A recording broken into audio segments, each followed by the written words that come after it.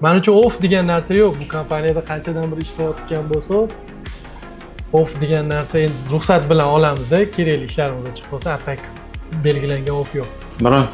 Bir oy. Bir oy. Driverlar bilan naborot yarashtirganman bolalarni. Odatda dispetchlar yoki update'lar o'chib qoladi. Men endi menejer sifatida uni yarashtirib, murosaga keltirib qo'yishim kerak. Meni eng glавный ishim shu o'zi. Yo'q, unaqasi qilib bo'lmaydi. Yo'q, ushlayman. Bo'lib qolgan ora-orada. Ну, ozgina konfliktcha unaqa katta vahmali narsa emas.